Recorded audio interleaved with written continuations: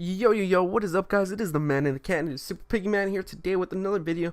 But at the moment of this recording, I am at 148 subs. So if you guys could drop a sub and help us reach 150, that would be much appreciated. But anyways, let's get into the nitty and gritty of this video, which I know what you guys clicked on for.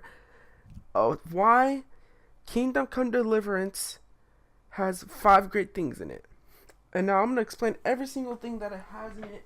I did make a review on the game, and I will put the link in an annotation somewhere in the screen, maybe in the middle. I still don't know where I'm gonna put it. I'm just commenting over this.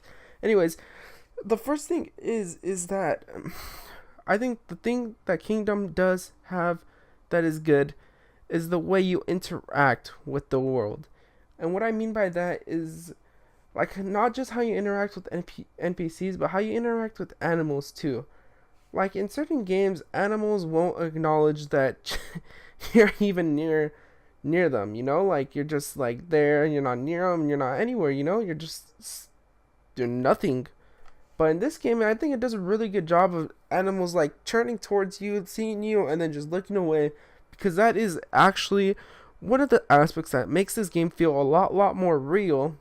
And it's just one of those things in nature that they took good detail out of. Because if you guys don't know, putting in detail in the game is pretty difficult as it is, because you still have to draw it, you still have to, like, you know, program it and do all of that.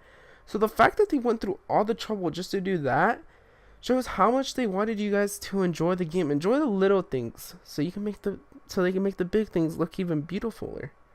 Is beautifuler even a word? Let me search that up. It's not a word. Act like I didn't say that. Anyways,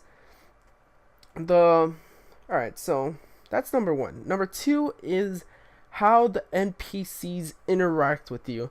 Now, in case you guys don't know, this game is supposed to reflect the actual outcomes of the world of medieval age.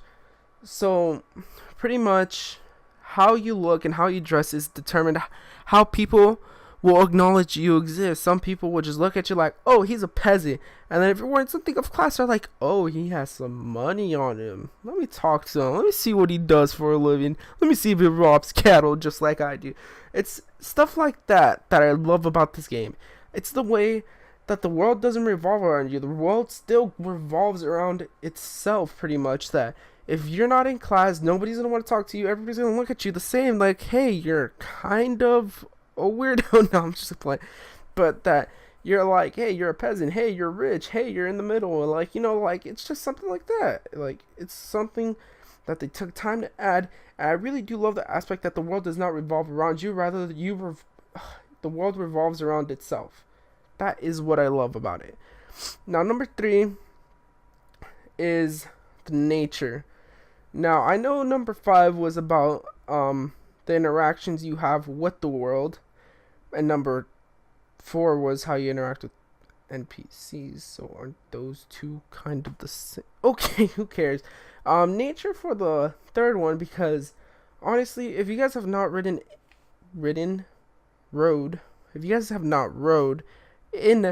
the, like, you know, on the countryside, like stuff like that, you'd notice that right when you enter into like a foresty area, like about like a couple seconds in, you start hearing birds chirping, branches breaking, stuff like that, you know, and you hear the animals and everything, and you see the gleaming sunlight coming down.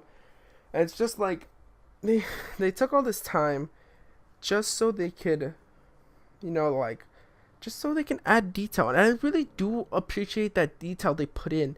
And then on top of that, like, the grass looks like grass. It doesn't just look like little sticks drawn in the fucking ground, even though that's what they are. But, like, you know what I mean, when there's like little sticks drawn in the fucking ground. That shit's so irritating. I'm sorry for my language, but I'm just really coming from a true perspective, because that just bothers me. It shows how much they cared about actually making the little things work.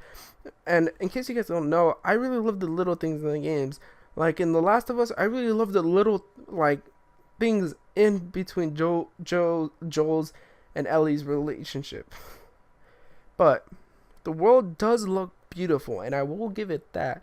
It adds to all the realness. It adds to everything that is real in this time.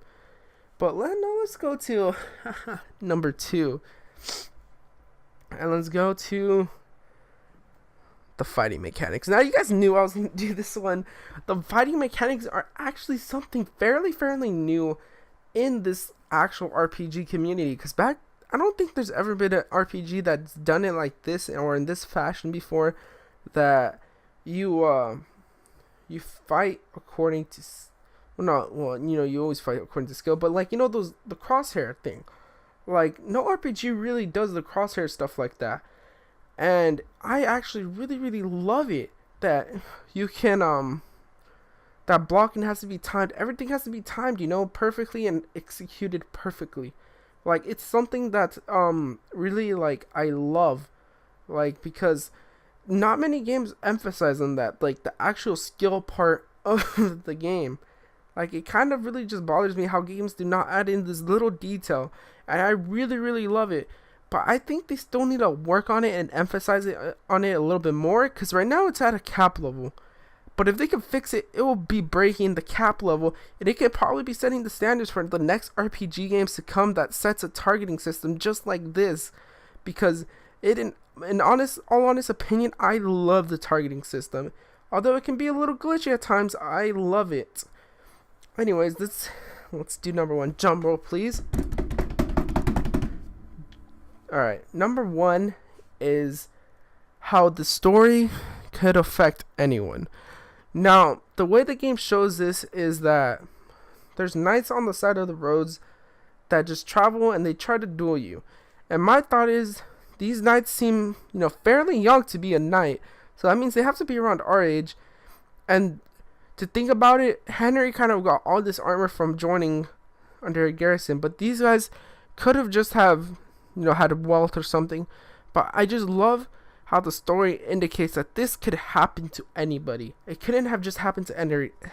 It could have happened to anyone. And the knights are a good example, because knights are usually old people. They're not really that much of a youngin unless they're really talented. But most knights you come across seem like 18 to 25. Which 25 is pretty old. 25 is probably the standard of a knight at that time, because their life expectancy wasn't that high. So 25 was pretty much like, you're kind of at halfway your life. You're almost gonna die, but not yet. But anyways, yeah, I just love how the story implicates that this could have happened to anyone, and that, one wrong turn and, you're just dead, and it's just something that really impresses me with this game and the storytelling. And it's kind of written in between the lines, it's not that like explicit. It's more in between the lines. You have to see it more to understand it. But hopefully you guys did enjoy. Remember to leave a sub. We're almost at 150. And can we at least hit 5 likes this video? 5 likes is the goal, guys. Let's get it. It's been the man in the can. Peace.